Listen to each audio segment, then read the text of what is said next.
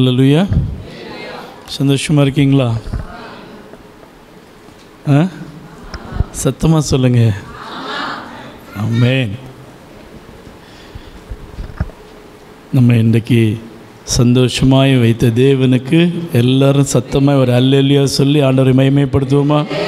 ஹல்லேலூயா, ஹல்லேலூயா. நம்முடைய தேவன் நல்லவர். ஆமென். ஹல்லேலூயா, ஹல்லேலூயா. இந்த நாளிலும் இந்த மாதம் நமக்கு ஒரு விசேஷித்த மாதம், அப்படி தானே? என்ன? கிறிஸ்மஸ். டிசம்பர் வந்தாலே ஒரு சந்தோஷம், அப்படி தானே கிறிஸ்தவங்களுக்கு? சரி, கிறிஸ்மஸ் வந்தால் முதல்ல என்ன வரும் சொல்லுங்கள்? கிறிஸ்மஸ் மாதம் தானே. வெளியில் என்னெல்லாம் பார்க்குறீங்க? ஸ்டார், அப்படி தானே? முதல்ல எல்லா வீட்லேயும் என்ன போட்டுருவாங்க? ஸ்டார் போட்டுருவாங்க. அதுதான் கிறிஸ்மஸுக்கு அடையாளம். ஏன் ஸ்டார் கட்டுறாங்க தெரியுமா? சொல்லுங்கள், ஏன் ஸ்டார் கட்டுறாங்க?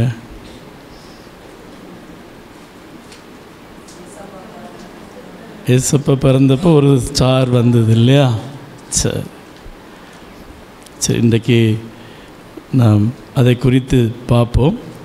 எடுத்துக்கொள்ளுங்கள். மத்தேயு 2ஆம் அதிகாரம் 1வது வசனத்திலிருந்து வாசிப்போம். மத்தேயு 2:1வது வசனத்தை வாசியுங்கள். ஏரோது ராஜாவின் நாட்களில் யூதேயாவில் உள்ள பெத்லகேமிலே இயேசு பிறந்த பொழுது கிழக்கிலிருந்து சாஸ்திரிகள் எருசலேமுக்கு வந்து பாருங்க, இங்க ஏரோது ராஜாவின் நாட்களில் யூதேயாவில் உள்ள பெத்லகேமில் இயேசு பிறந்த பொழுது கிழக்கிலிருந்து சாஸ்திரிகள் எருசலேமுக்கு வந்தார்கள். இந்த ஏரோது ராஜானா யார்? நான் ஏற்கனவே உங்களுக்கு சொல்லியிருக்கிறேன். யார் சொல்லுங்கள்? ஏரோது ராஜா யார்? மறந்து போச்சு உங்களுக்கு. ஏரோது ராஜாக்கள் என்று சொல்லும்போது அங்கே ஏதோமியர்கள். ஏதோமியர்கள்னா யார்? ஏசாவுடைய வம்சத்தினர். இப்போ இந்த ஏசாவுடைய வம்சத்தினர் ஏதோமியர்கள்.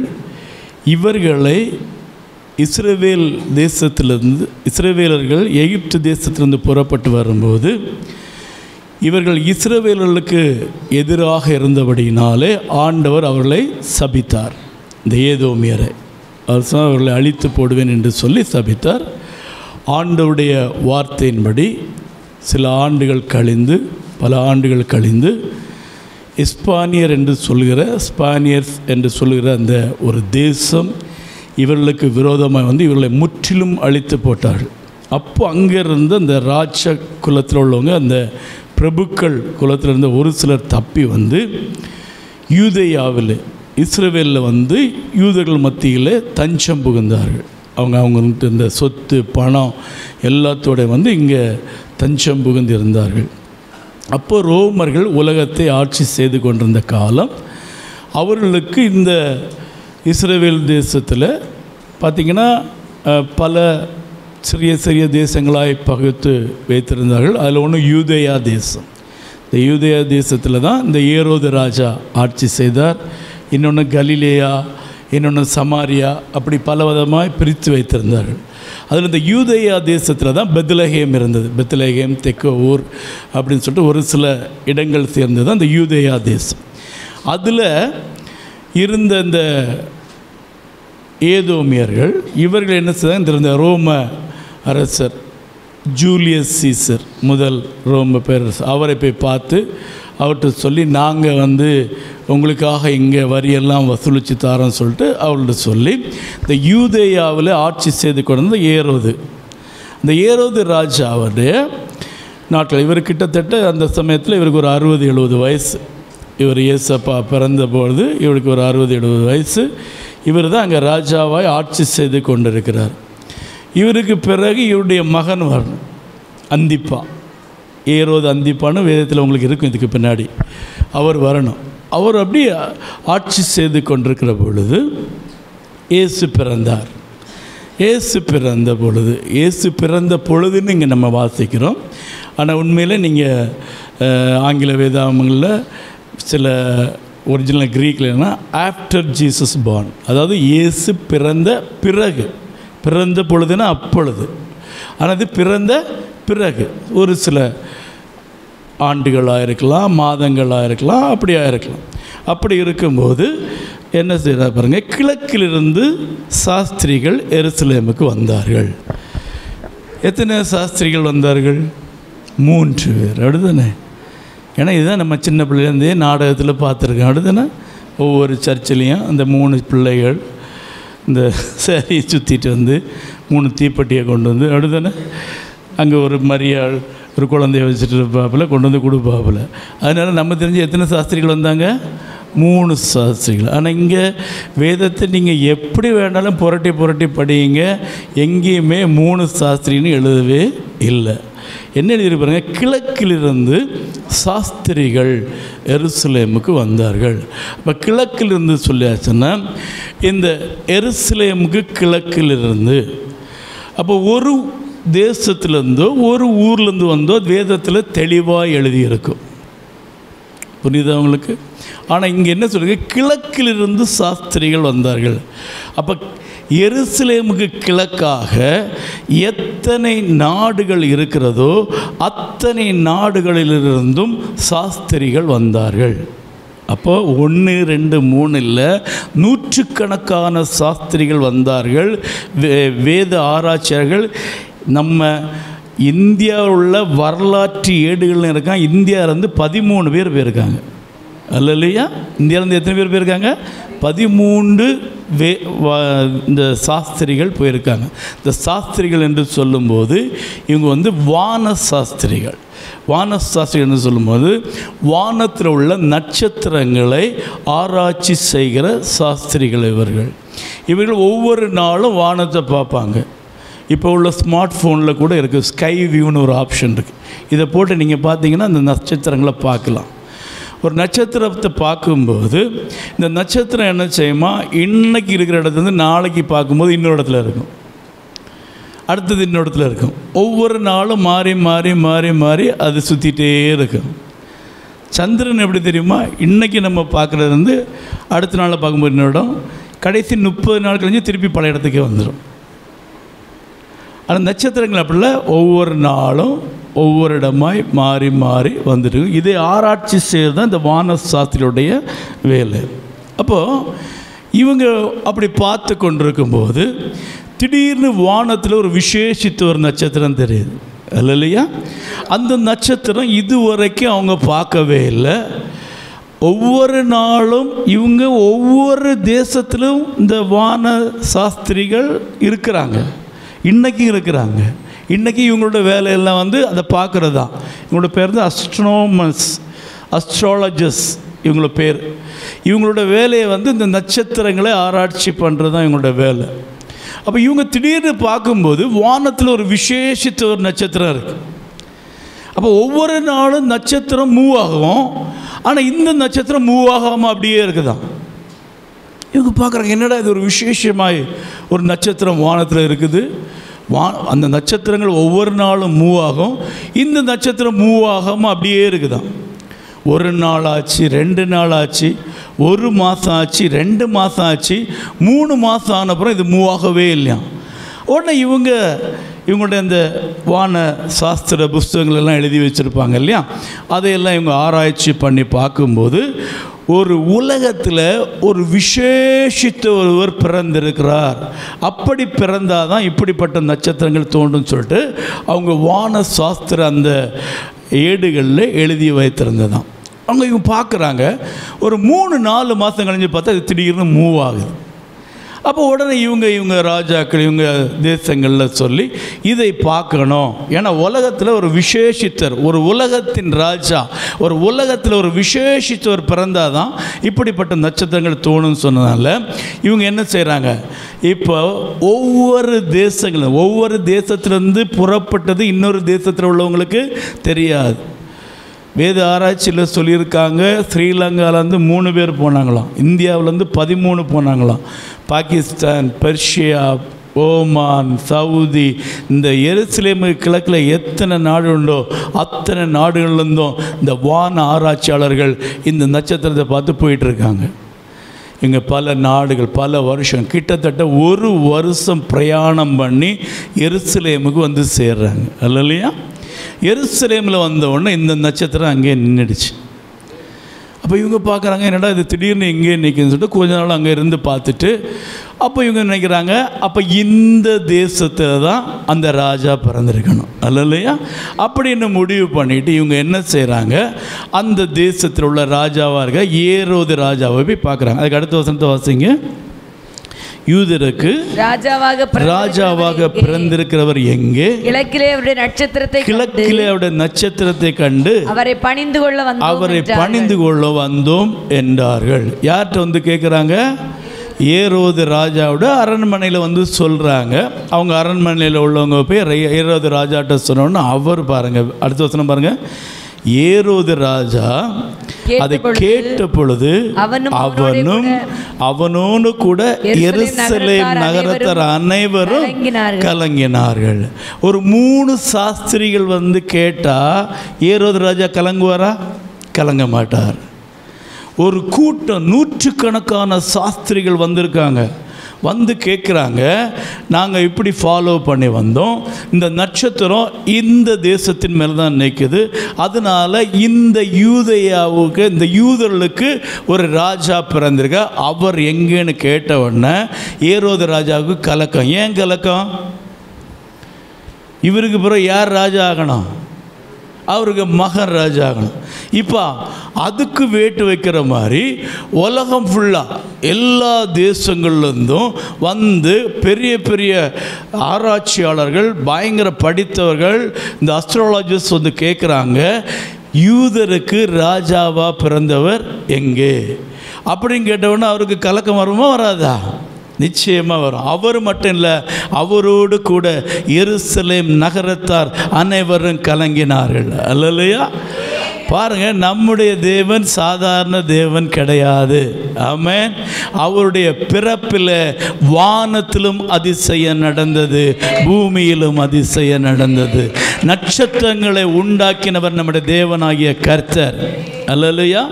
நீங்கள் சங்கீதம் 136:8 நினைக்கிறேன், 136:8 அல்லது 9 வாசித்து பாருங்கள். சங்கீதம் 136:8 நினைக்கிறேன், பாருங்கள். பகலில் ஆள சூரியனையும் துதியுங்கள், அவர் கிருபை என்றும் உள்ளது. இரவில் ஆள சந்திரனையும் நட்சத்திரங்களை படைத்தவரை துதியுங்கள், அவர் கிருபை என்றும். ஆமென். பாருங்க, இந்த நட்சத்திரங்களை எல்லாம் உண்டாக்குனவர் யாரு? நம்முடைய தேவன். அல்லையா? அவர் சொல்ல ஆகும், அவர் கட்டளையிட அது நிற்கும். அல்லையா? பாருங்க, இந்த பூமியில், இந்த உலகத்தில், வானத்தில், பூமியில் எல்லாவற்றிலும் ஆண்டவர் படைத்த சிருஷ்டிகள் எல்லாமே அவரை துதிக்கின்றன, அவருடைய கட்டளைக்கு கீழ்ப்படுகின்றன. ஆமென். மனிதர்களாகிய நாம தவிர. ஆமென். ஏன் சொல்ல மாட்டேங்கிறீங்க? நம்ம அவருடைய கட்டளைகளுக்கெல்லாம் கீழ்ப்படுகிறோமா? சொல்லுங்கள். கீழ்ப்படிஞ்சால் ஏன் பிரச்சனை? ஆனால் நமக்கு பிரச்சனையும் தீரணும், கீழ்ப்படியவும் செய்யணும், ஆனால் கீழ்ப்படியவும் மாட்டோம்.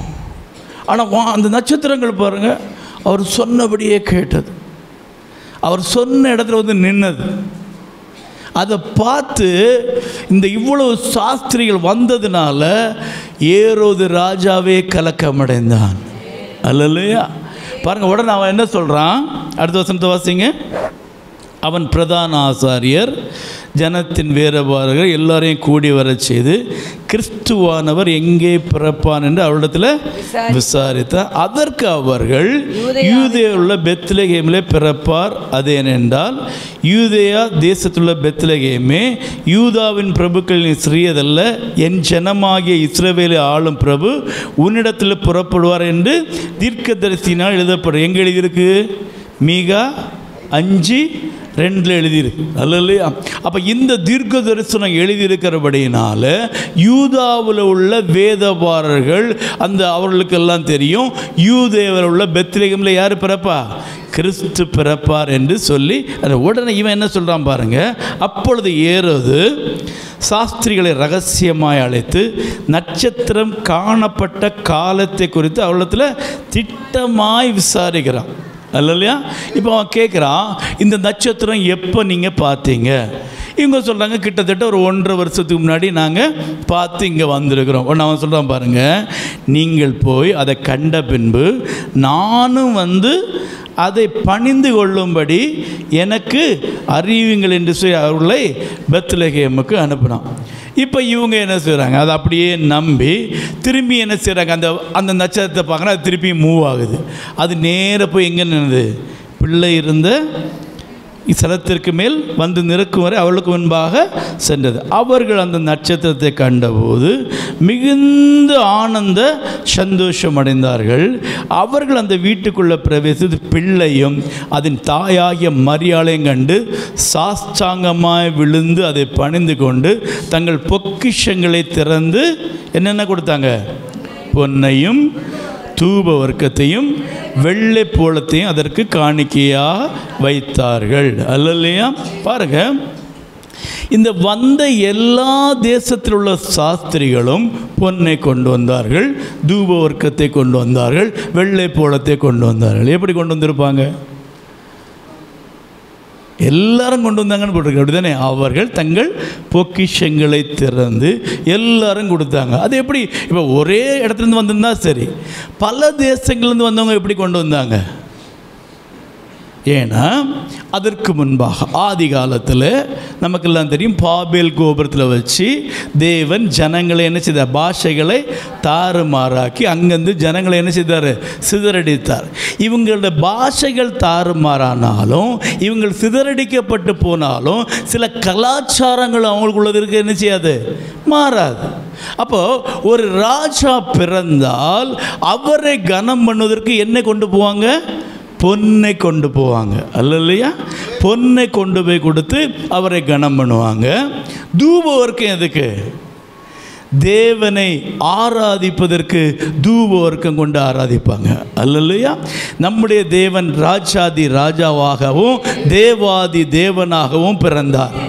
அப்போ அவரை பாருங்க, அவரை கனம் பண்ணுவதற்கு பொன்னையும் அவரை துதிப்பதற்கு அவரை ஆராதிப்பதற்கு தூப வர்க்கத்தையும் இந்த வெள்ளை போலத்தை எது கொண்டு வந்தாங்க? இந்த வெள்ளை போலம் எதுக்கு தெரியுமா? ஒருவங்க மரிக்கும்போது அவருக்கு அந்த வெள்ளை போலத்தை கலந்து பூசுவாங்களாம். நான் ஏற்கனவே உங்களுக்கு சொல்லி தந்திருக்கேன் ஒரு சில பிரசங்கங்களில். பாருங்கள், அப்போ இவர்களுக்கு தெரியும், இத்தனை காலம் பயணித்து நம்ம ஒரு ராஜாவை பார்க்க போகிறோம், அவர் எங்கே பிறந்திருக்காருன்னு நமக்கு தெரியாது.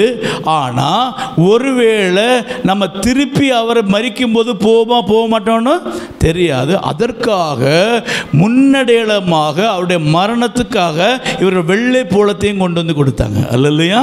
நம்முடைய இயேசு இந்த பூமியில் பிறந்ததே மரிப்பதற்காக அல்லையா? அவர் பிறப்பதற்கு சமயத்திலேயே அதை அறிவிக்கும்படியாக வந்த சாஸ்திரிகள் எல்லாம் பொன்னு தூப வர்க்கம் வெள்ளை போலத்தை கொண்டு வந்தார்கள். பொன்னு அவர் ராஜா என்று காண்பிக்கும்படியாக. இந்த பகுதி இந்த சாஸ்திரிகளை பற்றி இந்த 4 சுவிசேஷ புத்தகத்தில் மத்தேயுவில் மாத்திரம்தான் எழுதியிருக்கும். ஏன்னா மத்தேயு இயேசுவை எப்படி காட்டுது? ராஜாவாக அல்லையா? அதனால தான் இந்த மத்தேயு புத்தகத்தில் மாத்திரம் தான் சாஸ்திரிகளை பற்றி எழுதியிருக்கும், மற்ற 3 புத்தகத்திலும் கிடையாது. பாருங்க, ஒரு ராஜாவை கனம் பண்ணுவதற்கு அந்த காலத்தில் என்ன கொண்டு போவாங்க? பொன்னை கொண்டு போவாங்க அல்லையா? பொண்ணு அந்த காலத்தில் என்னது? இந்த காலத்துலையும் அப்படி தான். அது என்னது? விலையேற பெற்றது அல்லையா? பொன்னை பார்க்கலும் விலையேற பெற்றது என்னது? வசனம் அல்லையா? அல்லையா? எத்தனை பேர் சொல்கிறீங்க? இந்த வேதம் பொன்னிலும் பசு பொன்னிலும் விலையேற பெற்றது அல்லையா? அல்லையா? இந்த வேதத்தை நேசிக்கிறவர்களுக்கு மிகுந்த சமாதானம் உண்டு. பாருங்க, ஆண்டவரை கனம் பண்ணும்படி, ராஜாவை கனம் பண்ணும்படி பொன்னை கொண்டு வந்தாங்க. தூப வர்க்கம் எதுக்கு? அவரை ஆராதிக்கும்படியாய். ஆண்டவர் என்ன சொல்றார்? உதடுகளின் கனியாகிய ஸ்தோத்திர பலியிலே அவர் பிரியப்படுகிற தேவன். புதிய ஏற்பாட்டு விசுவாசிகளாகிய நீங்களும் நானும் ஆண்டவரை கனம் பண்ணும்போது நம்முடைய உதடுகளின் கனியாகிய ஸ்தோத்திர பலியிலே அவரை கனம் பண்ண வேண்டும். நம்முடைய இந்த செபங்கள், நம்முடைய துதிகள், ஸ்தோத்திர பலிகள் அவருடைய சமூகத்தில் தூபம் போல எழும்ப வேண்டும். அல்லேலூயா. அந்த காலத்தில் தெய்வங்களை ஆராதிக்க தூப வர்க்கங்களை போட்டு அதன் புகையை போட்டு ஆராதிப்பார்கள். இந்த காலத்தில் ஆண்டவரை ஆவியிலும் உண்மையிலும் நாம் ஆராதிக்கும் போது நம்முடைய துதிகள், ஸ்தோத்திர பலிகள் அவருக்கு முன்பாக பரலோக ராஜ்யத்தில் தூபம் போல எழும்பி கொண்டிருக்கிறது. அல்லேலூயா. அதனால தான் நீங்களும் நானும் ஜெபிக்கும் போது தேவன் இறங்கி வருகிறார். அல்லேலூயா. ஏன்னா அவர் துதிகளின் மத்தியில் வாசம் பண்ணுகிறவர். நீங்களும் நானும் துதிக்கும் போது நம்முடைய தேவன் அந்த இடத்துல உடனே இறங்கி வருகிறார். நம்முடைய துதிகளில் வாசம் பண்ண அவர் தம்முடைய சிங்காசனத்தை விட்டு இந்த பூமியில் வருகிறார். அல்லேலூயா. ஆமென். இன்னைக்கு நமக்கு கொண்டு வரதுக்கு பொண்ணு இல்லை, அப்படிதானே? பொண்ணு கொண்டு வந்தீங்களா? கொண்டு வந்திருக்கோம், கழுத்தில் போட்டிருக்கோம், காதில் போட்டிருக்கோம். இனி அதெல்லாம் கலத்தி போட முடியுமா? புரியுதலா? அல்லேலூயா. ஆனால் பொன்னை பார்க்கலாம் விலையேறப்பட்ட இந்த வார்த்தையினால் ஆண்டவரை உயர்த்துங்க. அவர் தந்த வசனத்தினால ராஜாவை மகிமைப்படுத்துங்க. ராஜா நமக்கு பொன்னை பார்க்கலாம் விலையேறப்பட்ட வார்த்தையை தந்திருக்கிறார். அல்லேலூயா. இந்த வார்த்தையில் ஜீவன் உண்டு. ராஜாவை நம்புறவர்களுக்கு ஜீவன் உண்டு. ராஜாவின் ஆளுகையில் இருக்கிறவர்களுக்கு பாதுகாப்பு உண்டு. ராஜாவின் அரண்மனைக்குள்ள இருக்கிறவங்களுக்கு சுகம் உண்டு. அல்லேலூயா. அது என்னென்ன? இந்த வார்த்தைக்குள்ள இருக்கிறவங்களுக்கு. எத்தனை பேர் இந்த வார்த்தைக்குள்ள இருக்கிறோமோ, எத்தனை பேர் இந்த வார்த்தையோடு வாழுகிறோமோ, எத்தனை பேர் இந்த வார்த்தையை நேசிக்கிறோமோ, எத்தனை பேர் இந்த வார்த்தையில பிரியப்படுறோமோ, நமக்கு ஜீவன் உண்டு. அல்லேலூயா. வேதம் சொல்லுது, வேத வசனங்களை ஆராய்ந்து பாருங்கள், அவைகளால் உங்களுக்கு நித்திய ஜீவன் உண்டு. அல்லேலூயா. பொண்ணு உங்களுக்கு ஜீவனை தராது, கர்த்தருடைய வார்த்தை உங்களுக்கு ஜீவனை தரும்.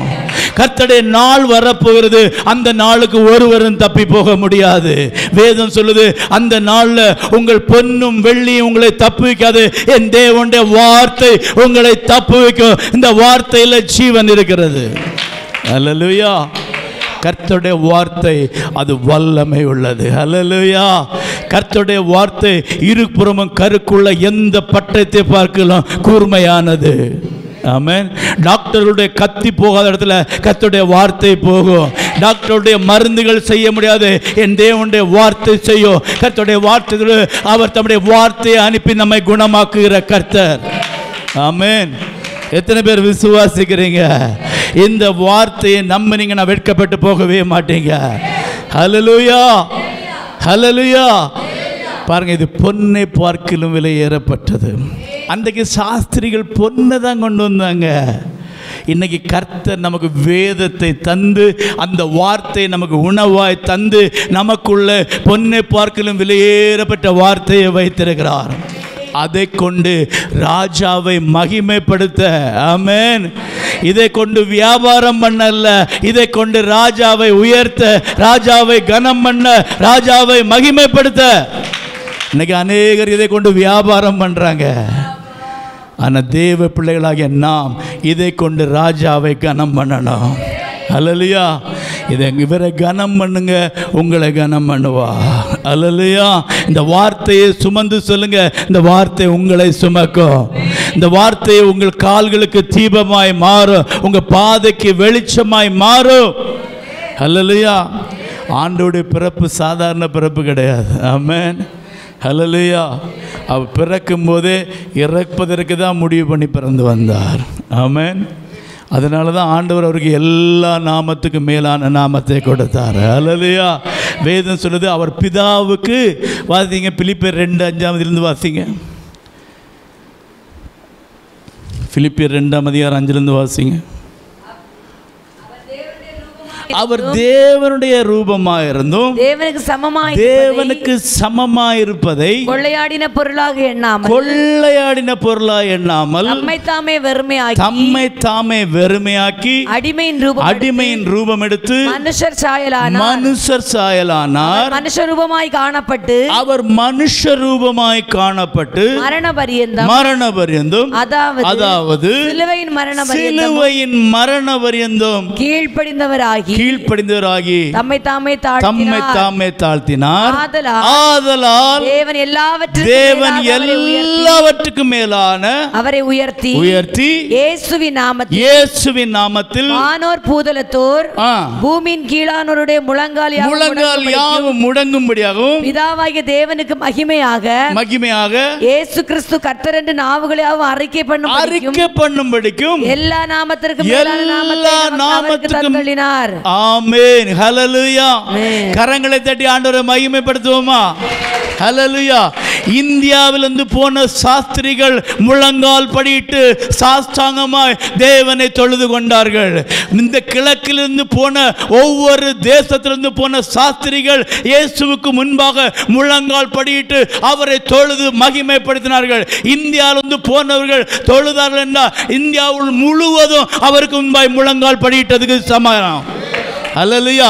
பாகிஸ்தானிலிருந்து போன சாஸ்திரி முழங்கால் படிட்டு தொழுதான்னா பாகிஸ்தான் முழுவதும் அவரை தொழுததுக்கு சமாதானம். கர்த்தருடைய வார்த்தை சும்மா இல்ல, முழங்கால் யாவும் அவருக்கு முன்பாய் முடங்கும், நாவு யாவும் முன்னிவிட. இவரே கிறிஸ்து, இவரே இரட்சகர், இவரே உலகத்தை இரட்சிக்க வந்த இயேசு என்று அன்றைக்கே அறிக்கை செய்து விட்டார்கள். அல்லேலூயா. இந்த சாஸ்திரிகள் முழங்கால் படிட்டு முடங்கும் போது, இந்தியாவில் உள்ள சாஸ்திரிகள் முழங்கும் போது, இன்னைக்கு பிறக்கிற இந்தியர் வரைக்கும் முழங்கால் படிட்டு முடங்கினதுக்கு அது சமாதானம். அல்லேலூயா. எத்தனை பேருக்கு புரிஞ்சுது நான் சொன்னது? அல்லேலூயா. இப்போ இந்தியா கலந்து கொள்ளுன்னு சொன்னாச்சுன்னா இந்தியாவிலேருந்து ஒரு ரெப்ரசன்டேட்டிவ் கலந்து கொள்கிறாங்க, நம்ம எல்லாமே போய் கலந்து கொள்கிறோம். அது மாதிரி தான் இந்தியாவிலேருந்து போன சாஸ்திரி முழங்கால் படிக்கிட்டா இந்தியா முழுவதும் முழங்கால் படியிட்டது. யாருக்கு முன்பாய்? இயேசுவுக்கு முன்பாய். அல்லேலூயா. அல்லேலூயா. பாருங்க, இன்னைக்கு நமக்கு வெக்கமாக இருக்கு. முழங்கால் படியிடுங்கன்னு சொன்னால் கொஞ்சம் கஷ்டமாக இருக்குது, அப்படி தானே? நமக்கெல்லாம் முடியாது, உடம்பு ரொம்ப அதிகமாக இருக்கிறதுனால கஷ்டம். அல்லேலூயா. முஸ்லீம்களை பாருங்கள், ஐயா உள்ளே போய் பார்த்துருக்குறாரு. அவங்களுக்கு இடம் பொருள் ஒன்றும் கிடையாது. ரோடுனா ரோடு டக்குன்னு விரிச்சிருவாங்க, அங்கேயே தொழுதுருவாங்க. வெயில் கூட பார்க்க மாட்டேங்கிறாங்க. நம்ம கையை உயர்த்தினாலே பக்கத்தில் உள்ளவங்கள பார்த்து தான் கையை உயர்த்துவோம், யாரும் தப்பாக நினச்சிடக்கூடாதேன்னு. அல்லேலூயா. பாருங்கள், அவர் எல்லா நாமத்துக்கும் மேலானவர். அவர் பிதாவுக்கு சமமாக இருந்தார். அதெல்லாம் ஒரு பொருட்டாக எண்ணாமல் அடிமையின் ரூபம் எடுத்து நமக்கு அந்த பூமியில் வந்தார். நமக்கு கையை உயர்த்தி துதிக்கும் போது பக்கத்தில் இருக்கும் பார்த்துட்டு விடான்னு பாதி கை தான் உயருது. அல்லேலூயா. அல்லேலூயா. கை காலில் ஆரோக்கியம் இல்லாமல் இருந்தால் என்ன செய்வோம்? ஆண்டவரே எனக்கு நல்ல சுகத்தை தரப்போ நல்ல ஆரோக்கியம் வந்தால் கை பாதிக்கு மேலே உயரில்லை. அல்லேலூயா. எல்லாம் கையை உயர்த்தி ஒரு அல்லேலூயா சொல்லுங்கள் பார்க்கலாம். ஸ்வீட் இன்னைக்கு இப்படி பிடிச்சி நின்று ஆராதிச்சா, நான் அதில் ஸ்வீட்டு கேட்டேன் என்னன்னு, அதில் கையை எப்படி எடுத்துட்டா. புரியுதா? இன்றைக்கி நமக்கு ஆராதிக்க முடியல. அவர் எப்படிப்பட்டவர் தெரியுமா? எல்லாம் முழங்கால் அவருக்கு முன்பாக முடங்கும். அல்லேலூயா. அல்லேலூயா. நாவு யாவும் அவரை அறிக்கையிடும். ஆமென். இன்றைக்கி எல்லோரும் சொல்கிறாங்க இயேசு இல்லை, இயேசு வரல, இயேசு அப்படிலாம் சாகலை, நமக்காகலாம் இல்லை. மனுஷன் விடுற மூச்சிலே இயேசு இருக்குங்க. அல்லேலூயா. மூச்சில் தூட்டு பாருங்க, இயேசு தான் வரும். ஐயப்பா வருதா, முருகா வருதா அப்படின்னா எங்கேயோ மாறி இருக்குன்னு அர்த்தம். ஒரே சத்தம் தான் வரும். என்ன வரும்? சு. அல்லேலூயா. புரியுதா உங்களுக்கு? இந்த ஜீவனை தந்ததே அவர் தாங்க. மண்ணிலேருந்து உருவாக்கி அவருடைய நாசியின் சுவாசத்தை ஊதினார். மனுஷன் என்னன்னா ஜீவாத்துமானா. எதுக்கு? இதோ இந்த ஜனங்களை எனக்கென்று ஏற்படும், இவர்கள் என் துதியை சொல்லி வருவார்களாக என்று சொல்லி. உங்களை என்னை ஆண்டு படைத்தது ஒரு நோக்கம் உண்டு, அவருடைய துதியை சொல்லி வர வேண்டும் என்று சொல்லி. அல்லேலூயா, அல்லேலூயா. அவரை துதிக்கிறவங்களுக்கு தான் விடுதலை உண்டு. துதிக்கும் போது தடைகள் நீங்கும், துதிக்கும் போது புதிய வழிகள் பிறக்கும், துதிக்கும் போது கட்டுகள் அறுக்கப்படும், துதிக்கும் போது வியாதி நீங்கும், எல்லா சாபங்கள் நீங்கும், உங்களுக்கு விரோதமான எல்லா அந்தகார கிரியைகளையும் கர்த்தர் உங்களுக்கு முன்பாக சென்று முறியடிப்பார். அல்லேலூயா. அதான் சிம்பிளா பாட்டு பாடுங்க, துதி எடுத்தா சாத்தான் ஓடுவான். அல்லேலூயா. துதிக்கு முன்பாக சாத்தானுக்கு நிற்க முடியாது. அல்லேலூயா. நல்லா தெரிஞ்சிடுங்க. இப்போ ஏன் தெரியுமா உங்களை துதிக்க விடாம ஆகிறான்? சாத்தான் போகக்கூடாது. ஆமாம். நிறைய பேருக்கு அது விருப்பம் இல்லை சாத்தான் போகிறது, அதனால் மெதுவாக துதிச்சுக்கிட்டுது. துதிக்காமல் இருந்தாலும் தப்பு. இப்போ வேறு பாஸ்டர் வேறு அந்த முறைக்கிறார், கண்ணம் துதி சத்தம் போடுன்னு, அதுக்காக கொஞ்சம் துதி. சைடில் பார்த்தா பாஸ்டர் அம்மா கம்பு வச்சிட்ருக்காங்க, அதுக்கு கொஞ்சம் துதி.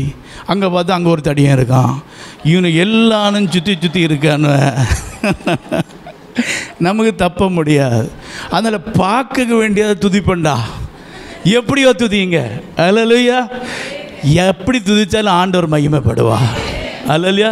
வேதனை சோத்திர பரிகிறவன் என்னை மகிமைப்படுத்துகிறான். துதிங்க, வருதோ இல்லையோ துதிங்க. அல்லேலூயா. துதிச்சாதான் விடுதலை. ஆமாம். துதிக்க யார்ட்டையும் கேட்டுட்டு துதிக்கக்கூடாது. சீட்டு போட யார்ட்டையா கேட்டா சீட்டு போடுறோம். ஃப்ரெண்டு வீட்டு போய் சொல்லிட்டா போகிறோம், அதுக்கு மட்டும் ஒழிச்சு மாப்பிள்ளை வரக்குள்ளே போயிட்டு வந்துடலாம். கோயிலுக்கு போக மட்டும் அவர் ஏதாவது சொல்லுவார், அவர் சொல்ல தான் சொல்லுவார், சீட்டு போடுங்கன்னு சொல்லுவார். இதெல்லாம் நம்ம சொல்ல மாட்டோம் அவர்கிட்ட. அதெல்லாம் பிறகு பார்த்துக்கலாம். ஏன் இதில் என்ன தப்பு? சீட்டு போட்டு நல்லது தானே, உமக்கு நல்லது தானே, அவர்கிட்ட சொல்லுங்கள். அதை விட நல்லது சர்ச்சைக்கு போகிறது. அல்லேலூயா. அதை விட மேலானது ராஜாவை ஆராதிப்பது, அதை விட மேலானது ராஜாவுடைய சமூகம். இதை சொல்லுங்க. அல்லேலூயா, அல்லேலூயா. நான் ஏற்கனவே சொன்னேன், தயவுசெய்து பேய் அவங்கள பார்த்து நீ பிசாசை கும்பிட்றா சாமியை கும்பிடாத வந்துருன்னு சொல்லி கூப்பிடாதீங்க. உங்கள் நல்ல நடக்கையை பார்க்கட்டுங்க. நீங்கள் துதிங்கங்க. நீங்கள் துதிக்க துதிக்க துதிக்க எல்லா எரிகோ கோட்டையும் இடிந்து விழும். நீங்கள் துதிக்க துதிக்க தடைகள் மாறும். நீங்கள் துதிக்க துதிக்க விடுதலை உண்டாகும். துதிச்சா மாத்திரம்தான் விடுதலை. அல்லேலூயா. பாருங்க, அவங்க தூப வர்க்கத்தை கொண்டு வந்து ஆண்டவருக்கு செலுத்துகிறாங்க. எது தெரியுமா? அவர் தான் உலகத்தில் பிறக்க போகிற தேவன். ஆமென். அல்லேலூயா. பாருங்க, தூப வர்க்கம் சொன்னால் அப்படியே அந்த நறுமணம் வர வர வர ஆண்டவர் அதில் பிரியப்படுவார். நீங்கள் துதிக்க துதிக்க துதிக்க, நம்ம துதிச்சா நறுமணம் வராது, அப்படி தானே? என்ன மனம் வரும்? கோல்கேட்டு, க்ளோஸ்அப்பு, அதுக்கப்புறம் இட்லியை சாம்பாரை சாப்பிட்டா அந்த ஸ்மெல் தான் வரும். பரவாயில்ல, எந்த ஸ்மெல்லும் வரட்டு, துதிங்க. அல்லேலூயா. எந்த மனம் வந்தாலும் பரவாயில்ல, ஆண்டவர் அதை நறுமணமாக எடுத்துக்கொள்வார். அல்லேலூயா. தூபம் போல நம்முடைய ஜெபங்கள் அவருக்கு முன்பாக எழும்புகிறது. வேதம் சொல்லுது, வெளிப்படுத்தின விசேஷத்தில் இருக்குது. நீங்களும் நானும் துதிக்கும் போது அந்த துதியில் அவர் பிரியப்படுகிறாராம். ஆமென். அல்லேலூயா. நான் ஏற்கனவே சொல்லி தந்தேன் உங்களுக்கு. ஏன்னா ஒவ்வொரு நாளும் நம்மளை எப்படி பார்க்குறாராம்? புதிய கிருபையில். பழைய கிருபையில் பார்த்தாருனா முடிஞ்சு, புதிய கிருபையில் பார்க்கறனால நம்ம எப்படி துதிச்சாலும் அவர் ஏற்றுக்கொள்கிறார். அல்லேலூயா. ஒரு அன்பான தேவன்க. அவரே துதிக்க பார்த்துறாரு. அல்லேலூயா. அவரே கணத்துக்கு பார்த்துறாரு, அவரே மகிமைக்கு பார்த்துறார். எல்லா துதிகன மகிமைக்கும் மேலான மகிமையுடைய தேவன் அவர் ஒருவரே, அவரே இயேசு கிறிஸ்து. அல்லேலூயா. நீங்கள் யார்ட்டையுமே அடித்து பிடிச்சி சொல்ல வேண்டாம். நீங்கள் நடந்தால் போதுங்க, நீங்கள் துதிச்சா போதுங்க, தடைகள் மாறும், உங்கள் ஏரியா மாறும். ஆமாம். நீங்கள் சொல்ல முடியாத சுவிசேஷம் உங்கள் நடக்கையை பார்த்து ஜனங்கள் திருந்துவாங்க. அல்லேலூயா. உங்கள் சாட்சியை பார்த்து ஜனங்கள் திருந்துவாங்க. ஓ இவனா இவளான்னு சொல்லிட்டு, அதான் வேதம் சொல்லுது, மனுஷர் உங்கள் முகத்தின் பிரகாசத்தை ஒளியை கண்டு பரலோகத்தில் இருக்க தேவனை மகிமைப்படுத்துவாங்க. நீங்கள் போய் யாரையும் பிடிச்சிருந்து சொல்ல வேண்டிய தேவையில்லை, வந்துருன்னு. உங்கள் நடக்கையை பார்த்து உங்கள் வஸ்திர தொங்கலின் ஓரத்தை பிடித்து கொண்டு ஜனங்கள் எங்களுக்கு இந்த தேவனை காட்டு, எங்களுக்கு இந்த தெய்வத்தை சொல்லித்தா, எங்களுக்கு இந்த ரட்சகரை காட்டு, எங்களுக்கு இந்த சந்தோஷம் வேணும், எங்களுக்கு இந்த விடுதலை வேணும், நாங்கள் இந்த ரட்சிப்பின் சந்தோஷத்தில் களி கூறன்னு சொல்லிட்டு ஜனங்கள் உங்கள் பின்னாடி ஓடி வருவாங்க. ஆமென், ஹல்லேலூயா. அப்போ என்னென்னா நம்ம துதிக்கணும். துதி, நம்முடைய துதி. ஆமென். வேதத்தில் என்ன சொல்லுது? துதி செய்தலே தகும். வேறு ஒன்றுமே இல்லைங்க. கொஞ்சம் உட்காந்து யோசிச்சு பார்த்தீங்கன்னா அழுதுருவீங்க. வேறு என்ன செய்ய முடியும் நம்ம அவருக்கு சொல்லுங்கள்? எதாவது நம்ம நல்லதை சொல்ல முடியுமா? அவ்வளவு நாத்தம் நம்மளை பற்றி சொல்லியாச்சுன்னா. ஒரு நல்ல காரியம் இருக்கா நம்மளை பற்றி சொல்லுங்க அவர்கிட்ட போய்? ஒன்றும் இல்லை. அப்போ ஒன்று தான், துதி செய்தலே தகும் ஆண்டவரே, வேறு ஒன்றுமே இல்லைப்பா. சொன்னார், நீங்கள் உங்கள் வஸ்திரங்களை அல்ல, உங்களை இருதயங்களை கிழித்து கொண்டு உங்கள் தேவனாகிய கர்த்தரை துதியுங்க. அப்பொழுது ஒருவேளை, அப்பொழுதும் கன்ஃபார்ம் கிடையாது, ஒருவேளை அவருக்கு துதிகளையும் ஸ்தோத்திர பலிகளையும் எடுக்கக்கூடிய அந்த கிருபையை தருவார். ஆமாம். ஏன்னா நம்முடைய நீதியெல்லாம் எப்படி? அழுக்கான கந்த, நம்முடைய வழிகள்லாம் வெட்கத்துக்குரியது. ஆனால் அவர் அப்படில பரிசுத்தம் உள்ள தேவன். அவர் பாவத்தை பார்க்கறதில்ல, பாவிகளை நேசிக்கிற தேவன். ஹல்லேலூயா. அவர் மன்னிக்க ஆயத்தமும் தண்டிக்க தாமதமாக இருக்கிறார். அதனால தான் நீங்கள் நான் இன்னைக்கு ஆலயத்துக்குள்ளேருந்து சந்தோஷமாய் கர்த்தரை ஆராதித்து கொண்டிருக்கிறோம். அதனால் உங்கள் வாழ்க்கையில் எது விட்டாலும் துதியை விட்டுறாதீங்க, எது விட்டாலும் கர்த்தரை ஆராதிக்க மறந்துடாதீங்க. அவர் ஆராதிச்சு அவர்கிட்ட கேளுங்க, உங்கள் பிரசன்னம் வேணும் ஆண்டவரே, உங்கள் மகிமை வேணும், உங்கள் தூதர்கள் வேணும், உங்களுடைய வார்த்தை வேணும், உங்கப்பா நீ உங்களுடைய வல்லமை எங்கள் கூட இருக்கதை நாங்கள் பார்க்க செய்யுங்கப்பா. கேட்டுகிட்டே இருங்க. ஹல்லேலூயா. கேட்டு பாருங்க, அப்படி கேட்டு பாருங்க. சும்மா போனோன்னா அல்லேலூயா ஸ்தோத்திரம் அல்லேலூயா அது இல்லைங்க. துதிக்க பழகுங்க. ஆண்டவரே உங்கள் பிரசன்னத்தை தாருங்கப்பா, உங்கள் வல்லமையை பார்க்கட்டும்ப்பா, உங்கள் சமூகத்தை உணரட்டும்ப்பா, உங்கள் வார்த்தையை பார்க்கட்டும்ப்பா, உங்கள் தூதர்களை நாங்கள் பார்க்கட்டும். அப்படியே சொல்லி சொல்லி கேட்டு பாருங்கள். அந்த துதியின் மகிமையை வேறங்க. மணிக்கூர் கணக்கில் போயிட்டுருக்குங்க. அதில் அவர் பிரியப்படுகிறார், அவர் துதியில் பிரியப்படுகிறார். பாருங்கள், அன்னைக்கு அவர்கள் அந்த சாஸ்திரிகள் கொஞ்சம் அந்த தூப வர்க்கங்களை கொண்டு வந்து இவர் தான் அந்த உலகத்தில் வந்த மெய் தேவன் என்று அறிந்து கொண்டார்கள். அல்லையா? அதன் பிறகு பாருங்கள், வெள்ளைப்போளம் எதுக்குன்னா, ஒருவர் மரிக்கும்போது, ராஜாக்கள் மரிக்கும்போது, பெரிய ஆட்கள் மரிக்கும்போது அந்த வெள்ளைப்போளத்தை துணியில் நல்லா கலந்து சுற்றி அந்த பாடியை ஃபுல்லாக சுற்றி வச்சு கொண்டு அந்த கல்லறையில் வைப்பாங்க. அவர் மரிப்பதரை அவர் பிறக்கும்போதே அறிவிக்கத்தக்கதாக இந்த வெள்ளைப்போளத்தை கொண்டு வந்தாங்க. அதுக்கு காரணம் என்னென்னா, எல்லா நாட்டிலையும் ஒரே கல்ச்சர் தான். அன்னைக்கு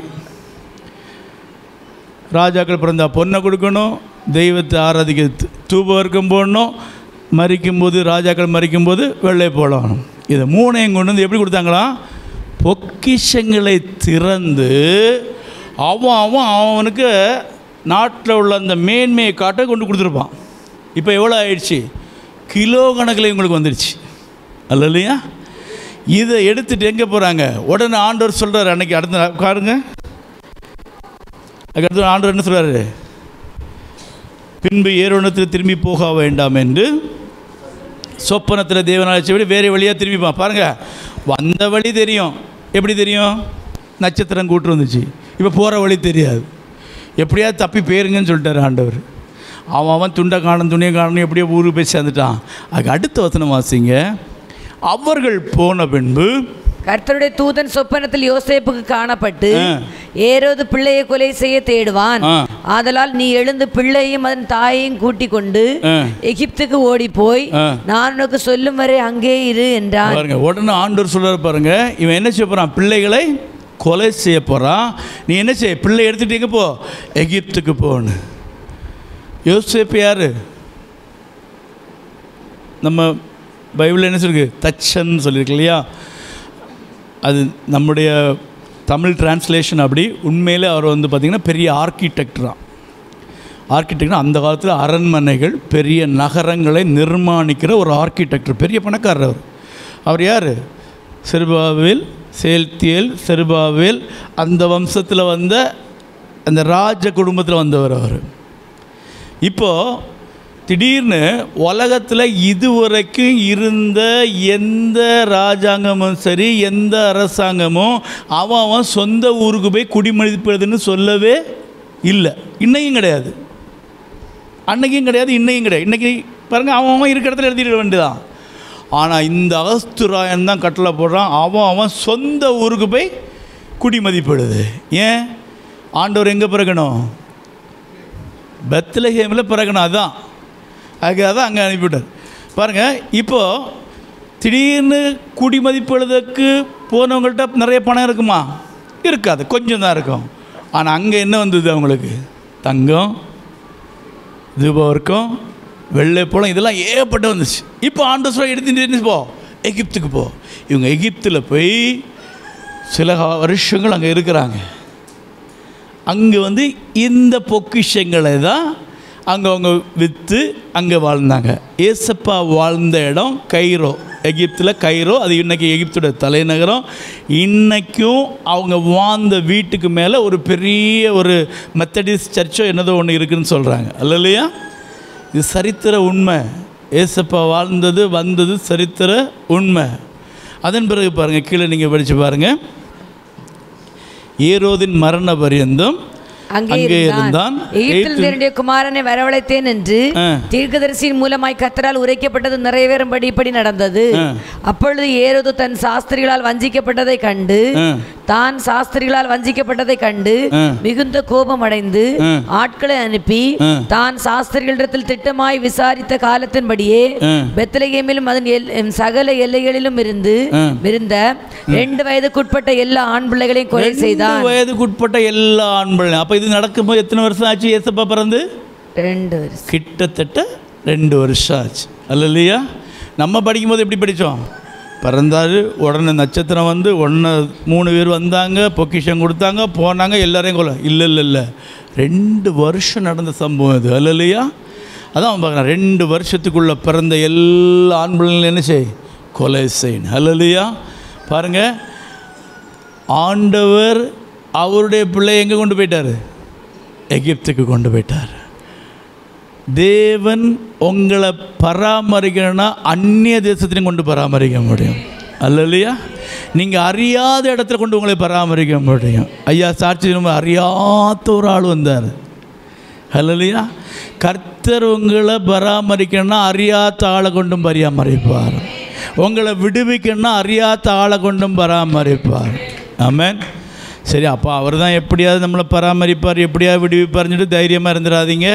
ஆண்டோடைய சத்தம் வரும்போது அதுக்கு கீழ்ப்படிங்க. இல்லைன்னா அடி கிடைக்கும், புயல் வரும், கப்பல் உடையும், ஆட்கள் சாக வேண்டிய வரும், நம்ம அதில் தப்பி போக வேண்டிய வரும். அதுக்கு முன்னாடியே சத்தத்துக்கு செவி கொடுத்துட்டோம்னா கப்பல் உடையாது, சேதம் வராது, நஷ்டம் வராது, ஒன்றும் வராது, ரட்சிப்பு இலவசம். வேணுமா வேண்டாமா?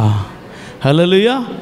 பாருங்கள், ஆண்டவர் இந்த உலகத்தில் பிறக்கும்போது எல்லாரும் நினச்சாங்க இதெல்லாம் சும்மானு. இல்லைங்க, ஒரு மேன்மையான பிறப்பு. ஹல்லேலூயா, ஹல்லேலூயா. அவர் பிறக்கும்போது வானத்தில் அதிசயங்கள் நடந்தது. அவர் பிறக்கும்போது பூமியில் அதிசயங்கள் நடந்தது. பாருங்கள், எல்லோரும் சொல்லுங்க, இந்த மேய்ப்பர்கள் பாவம், அதனால தான் அவருக்கு போய் சொன்னாங்க. மேய்ப்பர்கள் பாவம் கிடையாது. அந்த காலத்தில் உள்ள மேய்ப்பர்கள் அவங்கெல்லாம் பெரிய பணக்காரங்க. ஏன்னா ஆண்டவர் எப்படி வந்தார்? ஆட்டுக்குட்டியானவராய். அப்போ ஆட்டுக்குட்டியானவரை பராமரிக்க யார் சொல்லுவாங்க? மேய்ப்பர்கள். அது சிம்பாலிக்காக காட்டுக்கு தான் மேய்ப்பர்களுக்கு போய் சொன்னது. இங்கெல்லாம் நம்ம மக்கள் அவர் ஏழையின் ரூபம் எடுத்து கந்த கோலமாக வந்தார். அதனால் ஏழை மேய்ப்பர்களுக்கு வெளிப்பட ஏழை மேய்ப்பர் நாங்கள் எழுதியிருக்கா? மேய்ப்பர்களுக்கு சொன்னார். அன்றைக்குள்ள மேய்ப்பர்லாம் சாதாரண மேய்ப்பர்லாம் பெரிய பணக்கார மேய்ப்பர்கள். தாவீது ஒரு மேய்ப்பர் தான் இல்லையா? அவர் பெரிய கோடீஸ்வரன். அல்லையா? அதனால் பாருங்கள், அவர் பிறக்கும்போது எல்லாம் நடந்ததெல்லாம் சரித்திர ரீதியான உண்மைகள். ஆனால் இன்றைக்கி என்ன தெரியுமா? கிறிஸ்துவத்தில் உள்ள ஒரு பெரிய விஷயமா, கிறிஸ்துமஸ் கொண்டாடக்கூடாது. ஏன் கிறிஸ்துமஸ் கொண்டாடணும்? கொண்டாடலாமா வேண்டாமா? நீங்கள் என்ன சொல்கிறீங்க? அல்லையா? இது யார் கொண்டு வந்தது? பிசாசுக்கு தந்துடும். அதாவது பிசாசுக்கு எதெல்லாம் வலிக்குமோ அதை செய்ய விடாமக்கு அவன் எங்கேருந்து வருவான்? இந்த கிறிஸ்துவத்துக்குள்ளேயே வந்து குழப்பி விட்டுரு போயிடுவான். இன்றைக்கி பெரிய பந்தயத்தில் கிறிஸ்துவஸ்லாம் கொண்டாடக்கூடாது. நான் மியாட்டில் ஒர்க் பண்ணிகிட்டு இருக்கும்போது ஒரு பிள்ளை, மலையாளி பிள்ளை, பயங்கர பந்தயகோஸ்து. என்கிட்டெல்லாம் சில சமயத்தில் சுவிசேஷன்லாம் சொல்லுவாள் அந்த காலத்தில். அப்போது இந்த கிறிஸ்மஸ் நமக்கு சேட்டாதொன்றும் இல்லை, நமக்கு இதுதான் ஈஸ்டர் தான். அப்போ நானும் யோசிச்சு, என்னடா நம்ம பந்தயகோஸ்து இல்லையா அப்போது இதுதான் கரெக்டாக போல் இருக்குது அப்படின்னு நான் பாரு எவ்வளோ வைராக்கியமாக இருக்காங்க. ஒரு சின்ன செலிப்ரேஷன் கூட பண்ண மாட்டேங்கிறாங்களே, அந்த ஏசப்பாவுடைய அந்த உயிர்த்தெழுதல் பண்டிகை மட்டும்தான் கொண்டாடுறாங்களே அப்படின்னு நான் கூட கொஞ்சம் மனசுக்குள்ளே சங்கடப்பட்டேன். சத்தியம் தெரிஞ்ச பிறகு தான் தெரியுது, இது பிசாசுக்கு தந்துடும். அதில் இல்லையா, நமக்கு உள்ளதே எத்தனை பண்டிகை? 2.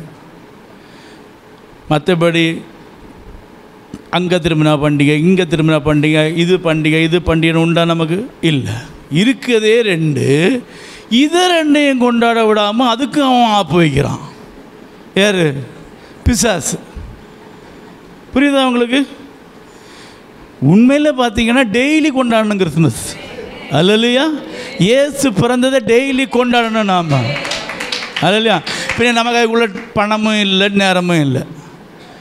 டெய்லி ட்ரெஸ் வாங்க முடியுமா? டெய்லி பண்டம் சுட முடியுமா? டெய்லி பட்டாசு விட முடியுமா? முடியாது.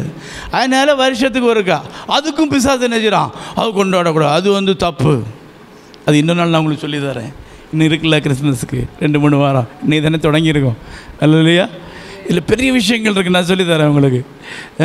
இது யாரோட தந்திரம்? பிசாசின் தந்திரம். ஆண்டவர் என்ன கர்த்தருக்குள்ளே எப்பொழுதும் சந்தோஷமாக இருங்க. அட்லீஸ்ட் கிறிஸ்மஸ் நாள்லையா சந்தோஷமாக இருங்க, நம்மளை விட மாட்டேங்க பிசாசு. அதனால் சந்தோஷமாய் கிறிஸ்தின் பிறப்பை நம்ம கொண்டாடணும். அல்லையா, சில இன்றைக்கி உள்ள கிறிஸ்தவங்க கொஞ்சம் வித்தியாசமாக கொண்டாடுறாங்க, இல்லைன்னு இல்லை.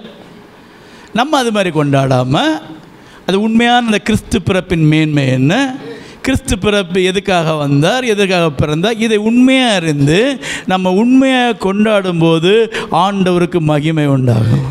பிசாசுக்கு இன்னும் கலக்கம். அல்லையா, அல்லையா. பாருங்கள், நாம் கொண்டாடும்போது யாருக்கு கலக்கம்? பிசாசு கலக்கம், ஆண்டவருக்கு சந்தோஷம். அல்லையா. நான் ஏற்கனவே சொன்னது போல், ஒரு அப்பாவுக்கு யார் பிறந்தநாள் கொண்டாடுவா? பிள்ளைங்க. நம்ம பிள்ளைகளாக இருந்து கொண்டாடினதால அர்த்தம், சந்தோஷம் இல்லை, அர்த்தம். எல்லாரும் கொண்டாடுறாங்க இல்லையா. அது எப்படி கொண்டாட்டம்? இந்த ஒருத்தர் நடிகருக்கு கொண்டாடுறாங்க, இங்கே லாங் கொண்டாடுறாங்க, அவருக்கு தெரியுமா? தெரியாது. அரசியல்வாதி கொண்டாடுறாங்க, ஊர் அம்படும் கொண்டாடுறாங்க, அவருக்கு தெரியுமா? தெரியாது. அதே மாதிரி ஏசப்பாக்கு நிறைய பேர் கொண்டாடுறாங்க, அவருக்கு தெரியுமா? தெரியாது. யார் கொண்டாடினா தெரியும்? பிள்ளைகள் கொண்டாடினா தெரியும். அல்லையா, நீங்கள் 4 முதல்ல கிறிஸ்துமஸ் கொண்டாடினா என்ன ஆகணும்? பிள்ளைகள் ஆகணும். அல்லையா, பிள்ளைகள் ஆயிருக்குமா இல்லையா? அவருடைய நாமத்தின் மேல் சொல்லுங்கள், விசுவாசம் உள்ளவர்களாகி அவரை ஏற்றுக்கொண்டவர்கள் எத்தனை பேர்களோ அத்தனை பேர் அவருக்கு பிள்ளைகள் ஆகும்படிக்கு அவர் என்ன செய்திருக்காரு? அதிகாரம் கொடுத்திருக்கிறார். இப்போ யாராவது இங்கே இந்த அதிகாரத்துக்குள்ளே வராமல் இருக்கீங்களா? புரியலன்னு நினைக்கிறேன். யாராவது இன்னும் பிள்ளை ஆகாமல் இருக்கீங்களா? இல்லை, நாங்கள் எல்லாம் வளர்ந்தாச்சு, அப்பா ஆயாச்சு, இன்னும் எப்படி பிள்ளை ஆகும்னு கேட்டால் ஒன்றும் சொல்ல முடியாது. ஏசப்பாக்கு பிள்ளை இருக்கீங்களா? அல்லையா. நீங்கள் அப்பான்னா அவர் தாத்தாக்க பூட்டா அவர் உலகம் தொடங்க முன்னாடியே இருக்கிறார். ஆரம்பம் ஆவதற்கு முன்பாகவே இருக்கிறவர் நம்முடைய இயேசு. அல்லையா. அதனால் வயசு பிரச்சனை இல்லை. யார் இன்னும் அப்பா ஆகலைன்னா இன்றைக்கி, யார் இன்றைக்கி அப்பா அம்மார்கள் பிள்ளை ஆகலைன்னா இன்றைக்கி பிள்ளை ஆகலாம். பிள்ளை ஆக விருப்பம் இருக்கா? ஒன்று அப்பா அம்மாருக்கு முடிஞ்சிடோன்னா ஈச்சியே ஆடலை. எத்தனை பேருக்கு பிள்ளை ஆகணும்னு ஆசை? அல்லையா. அவடத்தில் வர அவர் புறம்பே தள்ளவே மாட்டாருங்க. இந்த பூமியில் அவர் வந்ததுக்கு ஒரே நோக்கம், ஒரு மனுஷன் கூட கெட்டு போகக்கூடாது, எல்லோரும் ரட்சிக்கப்படவும் சத்தியத்தை அறிகிற அறிவை அடையவும் அவர் சித்தமுள்ளவராக இருக்கிறார். அப்படியே கண்ணை மூடி கொஞ்சம் யோசிச்சு பாருங்கள். நான் பிள்ளையாக இருக்கிறேனா? எல்லாம் கண்ணை மூடுங்க, பெரியவங்க எல்லாம் கண்ணை மூடுங்க. நாம் அவருடைய பிள்ளைகளாக இருக்கிறோமா? அல்லேலூயா. அன்றைக்கு சாஸ்திரிகளைப் போல பொன்னோ தூபோ இருக்குமோ வெள்ளை போலமோ நம்ம கொண்டு வந்து அவரை ஆராதிக்கலை. நாம் ஆராதிக்க ஆண்டவர் நமக்கு அநேக காரியங்களை கொடுத்திருக்கிறார். அநேக காரணங்கள் இருக்கிறது. பாருங்க, அவரை துதிப்பதே தகுதி. எல்லாரும் கண்களை மூடி, அப்பா நான் உண்மை உள்ளவன் இல்லைப்பா, என்னுடைய உண்மையை நம்பி அல்ல, என்னுடைய நீதியை நம்பி அல்லப்பா, என்னுடைய பரிசுத்தத்தை நம்பி அல்ல, என்னுடைய மேன்மைகளை நம்பி அல்ல, நீர் உண்மை உள்ளவர் என்பதை அறிந்து உம்மை நம்பி வந்திருக்கிறேன் ஆண்டவரே. கண்களை மூடி அப்படியே கண்ணீரோடு உம்முடைய பிள்ளையா என்னை ஏற்றுக்கொள்ளும் ஆண்டவரே என்று கேளுங்க. உம்முடைய மகனா என்னை ஏற்றுக்கொள்ளும் ஆண்டவரே. இந்த உலகத்தில் மேன்மையானது வேற ஒன்றுமே இல்லை. எல்லாரும் சொல்லுங்க, ஆண்டவரே துதிப்பதே. உண்மையாய் சொல்லுங்க, துதித்திடுவேன் என் இயேசுவே. அமைதியா கண்ண மூடி துதிப்பதே. அந்த தகுதி இருக்கா பாருங்க. என் துதியை அவர் ஏற்றுக்கொள்வாரா? என் துதி அவருக்கு முன்பாக தூபம் போல சொல்லுமா? யோசிச்சு பாடுங்க. துதிப்பதே தகுதியல்லோ, துதித்திடுவேன் என் இயேசுவை. சொல்லுங்க, துதிப்பதே. உணர்ந்து பாடுங்க சகோதரனே, சகோதரியே. இயேசுவை அவரை துதிப்பதுக்குரிய தகுதி நமக்கு இருக்கா?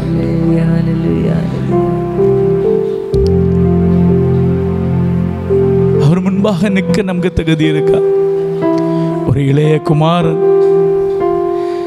தேவனை விட்டு தூரம் போன போது, அந்நிய தேசத்தில் போய் அடிமையா இருக்கும்போது அவன் நினைக்கிறான், என் தகப்பனுடைய வீட்டில் அநேகர் திருப்தியா இருக்காங்க, என் தகப்பனுடைய வீட்டில் அநேகர் சந்தோஷமா இருக்காங்க, ஆனா நானோ எல்லாம் இருந்தும் எல்லாம் உரிமைப்பட்டிருந்தும் இன்னைக்கு இப்படி இருக்கிறனே என்று சொல்லி அவன் கண்ணீரோடு ஆண்டவரை நோக்கி பார்த்தா.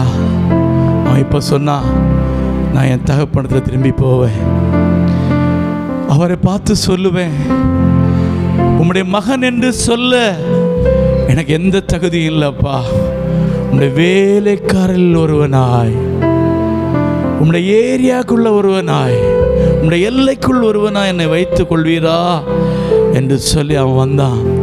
ஆனா தகப்பன் எப்படி தெரியுமா? இவன் போன அந்த நிமிஷத்துலேருந்து என் மகன் எப்படா வருவான், என் மகள் எப்படா வருவா, என் மகள், என் மகன், என் பிள்ளை எப்போ என்கிட்ட திருப்பி வருவான்னு சொல்லிட்டு தகப்பன் இந்த வழியை ஆவலோடு பார்த்து கொண்டிருந்தான். அன்பு தேவ பிள்ளைகளே, இன்றைக்கி நம்முடைய தகப்பனும் அப்படியே பார்த்து கொண்டிருக்கிறார். இன்றைக்கி எத்தனை பேர் உண்மையாக ஒப்பு கொடுக்க, ஆண்டவரே இந்த வீண் காரியங்களை விடுறேன் ஆண்டவரே, உண்மை துக்கப்படுத்துகிற காரியங்களை விடுறேன் ஆண்டவரே, வீணாய் இந்த மீடியாக்களில், இந்த வீணாய் ஃபேஸ்புக்கில், இந்த வீணாய் கர்த்தாவை நேரத்தை செலவழிக்கிற அப்போ அந்த நாடகங்கள், சீரியல்கள், சினிமாக்கள், ஆண்டவரே உண்மை துக்கப்படுத்துகிற எல்லா காரியத்தையும் நான் இன்றைக்கு விட்டு விட்டு உம்மிடத்தில் வருகிறேன் என்று எத்தனை பேர் சொல்ல முடியும்? எத்தனை பேர் உண்மையாக சொல்ல விரும்புகிறீங்க? சொல்லுங்க. ஆபத்து நேரத்தில் அடைக்கலம் தந்தா, பலவீன நேரத்தில் பலன் தந்தா, ஆபத்து அடைக்கலம் தந்தார். பலவீன நேரத்தில் பலன் தந்தார். அன்பு நிறைந்த ஆட்கள் தந்தார். ஆவி நிறைந்த அறிவு தந்தார். துதிப்பதேன் தகு. கண்ணீரோடு எல்லா பிள்ளைங்களும் கண்ணை மூடுங்க.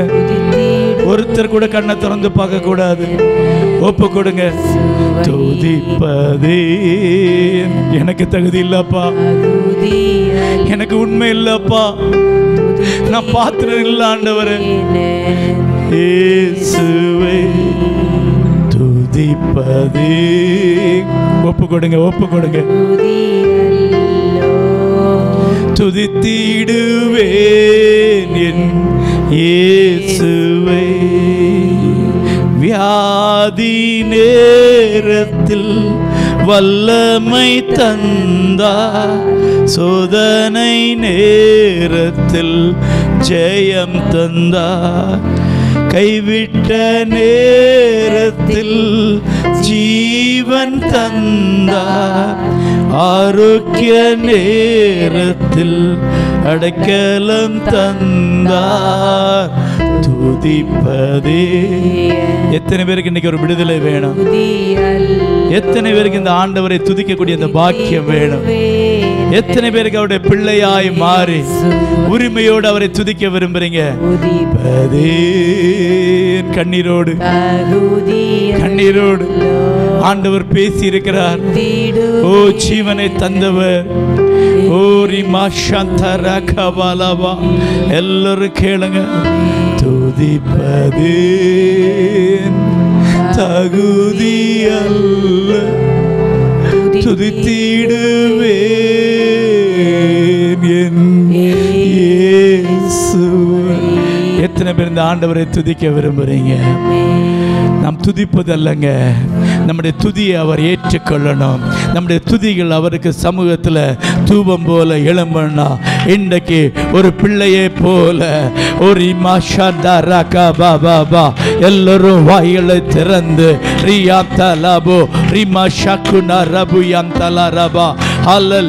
விடுதலையின் நேரம். ஓ இது ஜெயம் எடுக்கிற நேரம். இது கர்த்தருடைய பிள்ளைகளுக்கு ஒரு அற்புதத்தின் நேரம், ஒரு அதிசயம் விளங்குகிற நேரம், தேவ வல்லமை விளங்குகிற நேரம். எல்லோரும் ஆண்டவரே என் வாழ்க்கை மாறட்டும், ஆண்டவரே என் சூழ்நிலை மாறட்டும், என் பலவீனங்கள் மாறட்டும், என் குறைகள் மாறட்டும். உம்மை துக்கப்படுத்தின காரியங்கள், உம்மை விட்டு தூரம் போன காரியங்கள், உமக்கு பிரியமில்லாத காரியங்கள், உலகத்தின் காரியங்கள், உலக இச்சைகள், ஆசா பாசங்கள், ஆண்டவரே என்னால மேற்கொள்ள முடியாத காரியங்கள், கைவிட முடியாத காரியங்கள் இன்றைக்கு மறைந்து போகட்டும் ஆண்டவரே. எல்லோரும் கேளுங்க, எல்லோரும் கேளுங்க, உண்மையா கேளுங்க, உண்மையா கேளுங்க. கர்த்தர் நல்லவர், கர்த்தர் நல்லவர். அவர் விடுதலையை கொடுக்கிறவர், அவர் உண்மை உள்ள தேவன். ஒருவரையும் கைவிடாதவர், ஒருவரையும் புறம்பே தள்ளாதவர், உங்க கண்ணீரை காண்கிறவர், உங்களுடைய கூப்பிடுதலுக்கு அவர் செவி கொடுக்கிற தேவன். அப்படியே கேளுங்க. ஆண்டவரே, ஆண்டவரே என்று கூப்பிடுங்க, இயேசுவே என்று கூப்பிடுங்க. கர்த்தர் நல்லவர். ஹல்லேலூயா, ஹல்லேலூயா, ஹல்லேலூயா. கர்த்தருடைய சமூகத்தில் அர்ப்பணிக்கிறவர்களை கர்த்தர் ஆசீர்வதித்துக் கொண்டிருக்கிறார்.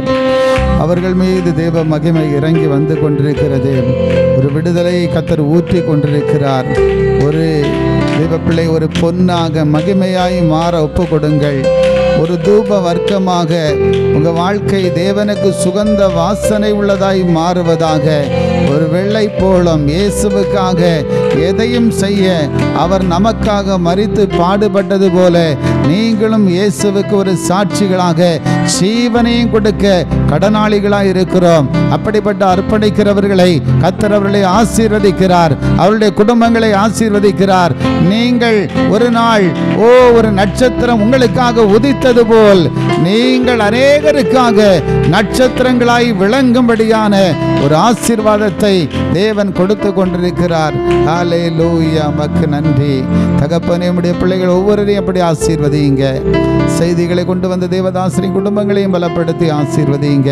சாட்சியை பகிர்ந்து கொண்ட தேவதாசரியும் நம்முடைய ஊழியத்தையும் பொறுப்படுங்கப்பா, ஆசீர்வதிங்க தகப்பனை. கடந்து வந்து இந்த செய்தியை கேட்கிற ஒவ்வொரு மீதும் உடைய வல்லமை ஊற்றப்படட்டும். தூரங்களில் இருந்து கேட்கிற ஆண்டவரே அப்பா, இதை பார்க்கிற கேட்கிற எல்லோருடைய வாழ்க்கையிலையும் ஒரு நட்சத்திரம் உதிக்கும் என்று சொன்னீங்களே, அந்த நட்சத்திரம் இயேசு கிறிஸ்துவாகிய அந்த ஒளி வெளிச்சம் அந்த வல்லமை ஒவ்வொரு மக்களுக்குள்ளேயும் உதிப்பதாக. கர்த்தாவே, உங்க மகிமைக்குள்ள அவர்கள் ஒப்பு கொடுக்கப்படுவார்களாக. ஆசீர்வதிக்கும்படி ஒப்பு கொடுக்கிறேன். தொடர்ந்து அவருடைய காரியங்கள் ஜெயமாய் மாறும்படி ஜெபிக்கிறோம். தொடர்ந்து ஆசீர்வதிங்க, பொறுப்படுங்க. எல்லாவற்றையும் உடைய கரங்கள் ஒப்பு கொடுக்கிறேன் இயேசு நாமத்தில் பிதாவே. ஆத்துமாவே கர்த்தரை சோத்தரி, உள்ளமே பரிசுத்த நாமத்தை சோத்தரி. என் ஆத்துமாவே கர்த்தரை சோத்தரி, கர்த்தர் செய்த சகல உபகாரங்களையும் மறவாதே. நம்முடைய கர்த்தராகிய இயேசு கிறிஸ்துவின் கிருபையும் பிதாவாகிய தேவனுடைய அன்பும் பரிசுத்த ஆவியின் அந்யோனி ஐக்கியமும் என்றும் என்றும் சதா காலங்களிலும் நம் அனைவரோடு இருப்பதாக. ஆமேன். God bless you.